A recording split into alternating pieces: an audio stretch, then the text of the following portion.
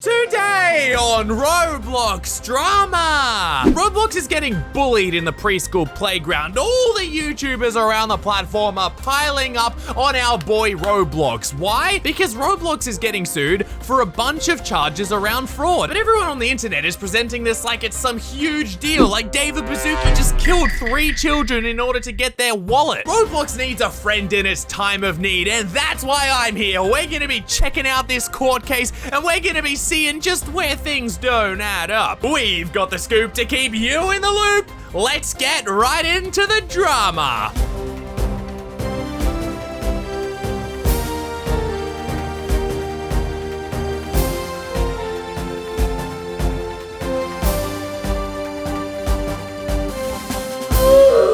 8 words, ladies and gentlemen. Class action complaint and demand for jury trial. A phrase that strikes fear into the hearts of even the strongest businessmen. A class action lawsuit, from what I understand, means a whole bunch of people are involved collectively against the one corporation. In other words, all the little Robloxians of Roblox are finally standing up to the big man for their rights. But who will be the champion to lead this rebellion of the ages against the evil, dastardly empire of Roblox? Haha, cute little Jane Doe, who tried to purchase a Royale High shirt on the Roblox store, which got deleted. I'm not even kidding. This entire lawsuit is being brought on by Jane Doe, a minor, represented by her father and next friend, John Dennis. Individually and on behalf of all others similarly situated. I have no idea who'd want to join this lawsuit. This lawsuit is like the preschool law club.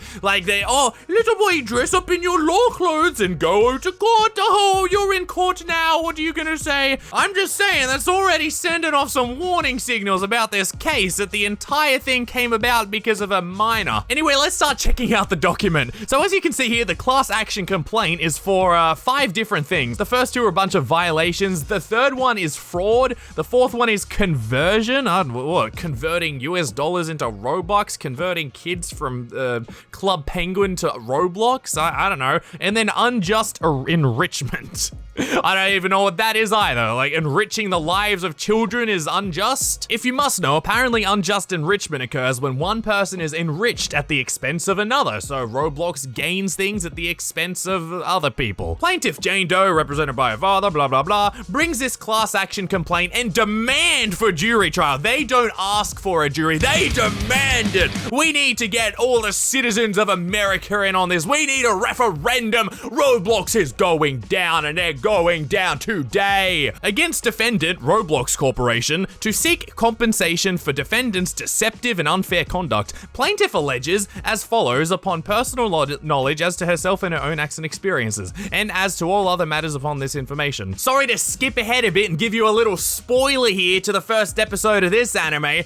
but this entire lawsuit is basically about Roblox allowing this minor girl to purchase something from the Roblox catalog, like maybe a shirt or pants, I'm not too sure, and then later deleting it after she's already purchased it and refusing to give her a refund. Now, I'm gonna admit, I have no idea how much she spent. For all I know, she could have gotten like a small loan of $1 million from the bank and then spent it all on Gucci items on Roblox. Well, not Gucci, because Gucci didn't get deleted, but off-brand Gucci that Roblox does delete, and maybe she'd be mad about that. Or on the other hand, she could have literally just bought one item, got it removed, and she's never been rejected before, and so she brought that dang stuff to court. Anyways, then they get onto the nature of the action, where they're going to be talking about, like, why is this happening? Why are we doing this? What has Roblox done wrong? And first, starting with a little backstory. Defendant Roblox is one of the largest and fastest growing gaming platforms in the world, designed to bring users together, blah, blah, blah. At this point, I'm thinking it's an advertisement. Like, what if David Baszucki's kid was behind this, and this is one giant, whoa, got you there, psych, loser. You just found out all the good stuff about Roblox. They continue going through a whole bunch of random random statistics that we know until we start getting to the juicy stuff. Number 6 here. Despite its short and relatively new existence, Roblox has already earned significant negative attention as a dangerous space for its predominantly child-focused user base. For instance, there's a legion of complaints and publications describing how Roblox's child users are exposed to predatory content. Now, by the way, I have no idea what this has to do with the actual lawsuit, because the lawsuit's for fraud and they're going into a whole bunch of other random stuff. It's like suing Pizza Hut for food poisoning, and part of your nature of the action is to say, oh, well, the delivery driver, he frowned at me and I didn't like that. So yeah, just add that to the little court document. That's a good one, that'll really get him. But here's when we finally find something relevant, where they say, Roblox faces a problem of competing financial incentives. Trademarked, vulgar, or otherwise objectionable content is in high demand and genuinely valuable to the platform's bottom line, but so is the perception that Roblox respects trademarks and maintains community standards. Roblox designed a content deletion, disguised as a content moderation scheme, to escape this double bind and to ensure a financially beneficial outcome for Roblox. Roblox is a big Illuminati mastermind behind all of this. The trick is simple. Roblox encourages users to purchase in-game content on the platform which it has made available, and from which Roblox earns real money, without performing any meaningful oversight to ensure that the content coming into its marketplace complies with the platform's policies.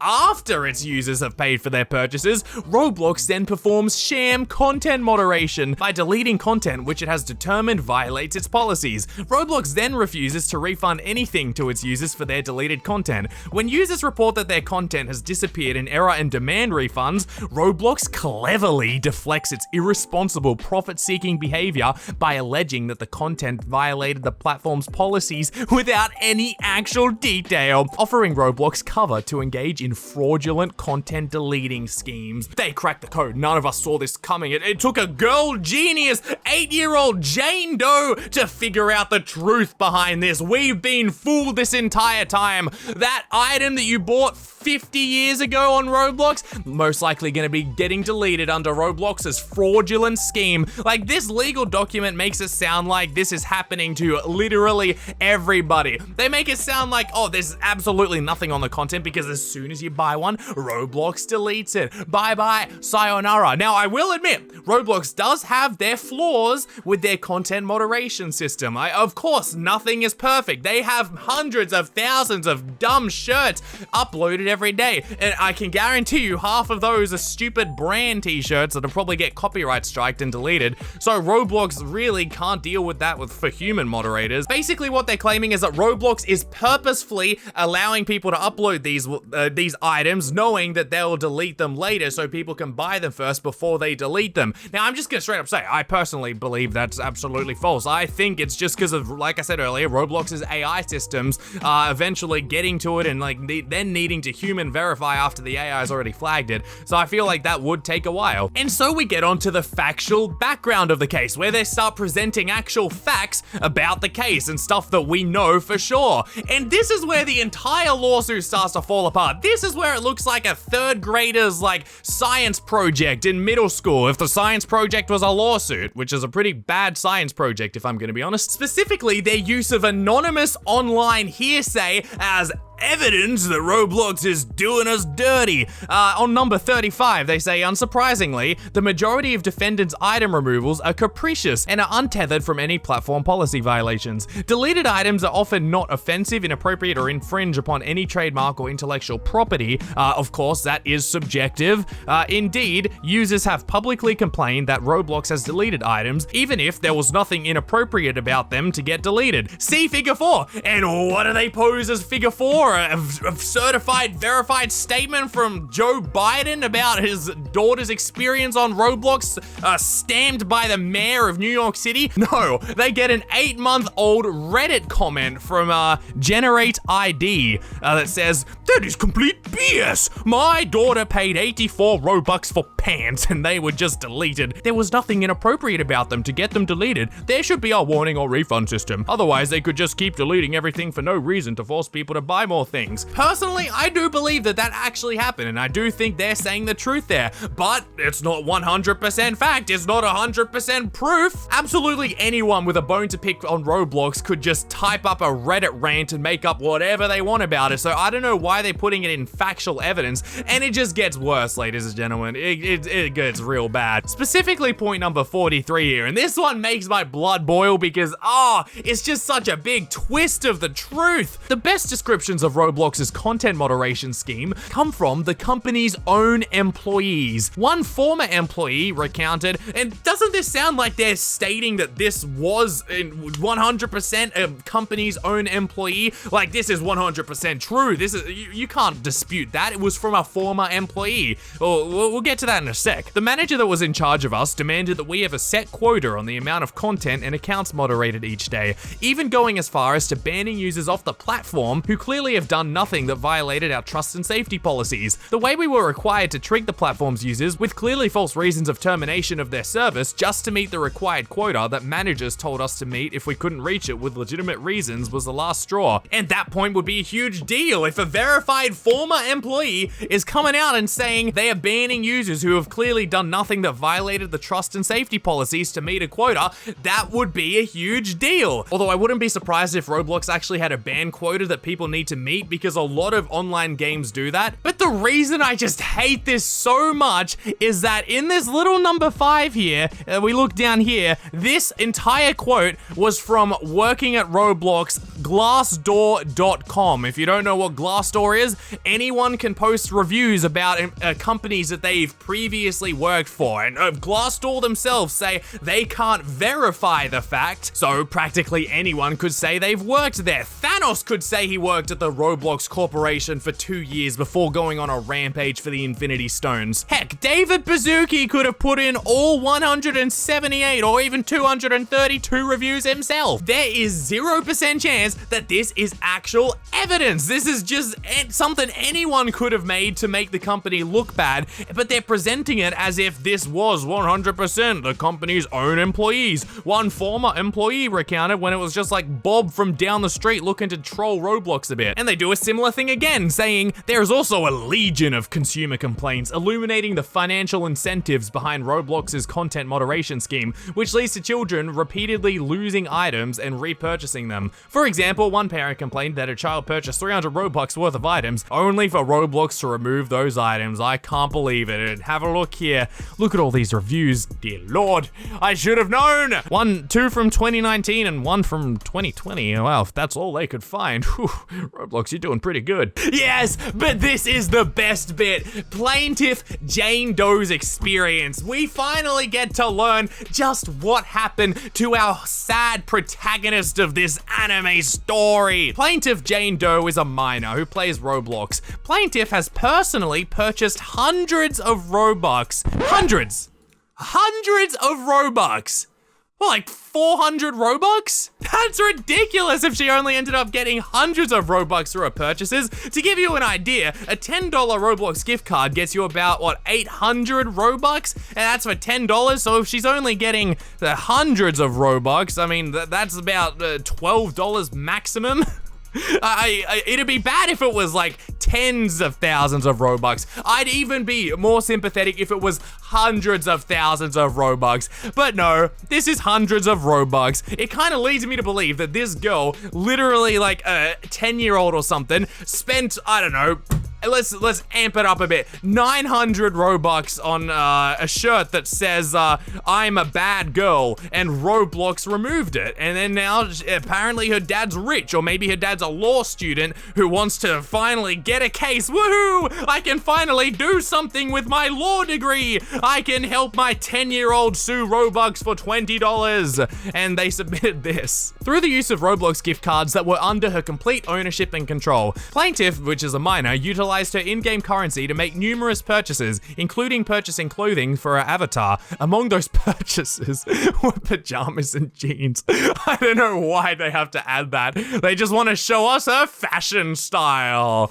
By the way, pajamas isn't even a category of clothes on Roblox. The miner made these purchases with the understanding that the items, I mean, I don't know if miners can technically understand anything according to the law, would remain in her inventory and be usable on the platform. She reasonably believed that they would be deleted for so-called content moderation only if she personally misused them in violation of the platform's policies. How do you misuse clothes in violations of the platform's policies? What, you somehow you can get scissors and then cut your shirt up into making swear words? What? Unfortunately, Roblox deleted several of plaintiff's purchased items without warning or explanation. The deleted items did not contain offensive or trademarked content. What? And importantly, Roblox did not offer and refused to provide when plaintiff requested a refund for the deleted content. Now, I do agree that I wish Roblox would provide refunds for the deleted content. And I can see why it's like not fair when like you lose all those items and Roblox doesn't refund you. But you also got to look at it from Roblox's perspective. Like if they were to allow refunds, that would open up the floodgates for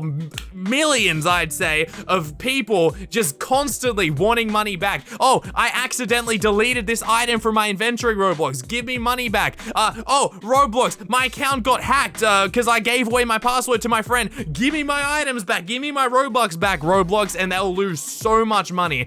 The only way this would work well is if it was 100% moderated, if it was moderated completely. And doing that's an entire beast in its own right. Like, I think you'd need the entire country of America all sitting at their computers working on like 20 cases a day to just be able to crack a dent in the amount of refund requests that Roblox would probably receive. The final thing that I'd like to mention in this document, and by the way, I'll leave the document in the description below. I think I'm allowed to do that, hopefully, so you can look at it yourself if you want. But I wanted to talk about the third cause of action, fraud, basically where they list Roblox committed fraud. In order for this charge and lawsuit to be successful, they need to prove a lot, if not all of this stuff that they've listed here. But some of what they've listed is ridiculous, like number 85. Furthermore, defendant sold and recommended items in the avatar shop that it knew it would ultimately remove from its platform and from plaintiffs and the class's inventories. Now that I completely disagree with. I highly doubt Roblox, as soon as someone uploads something, is like,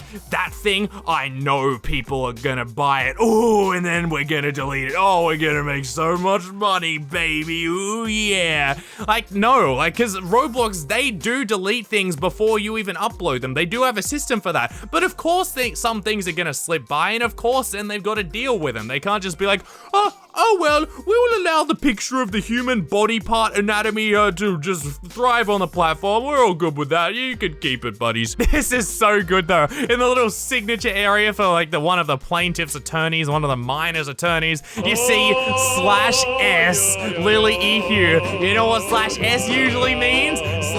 /sarcasm.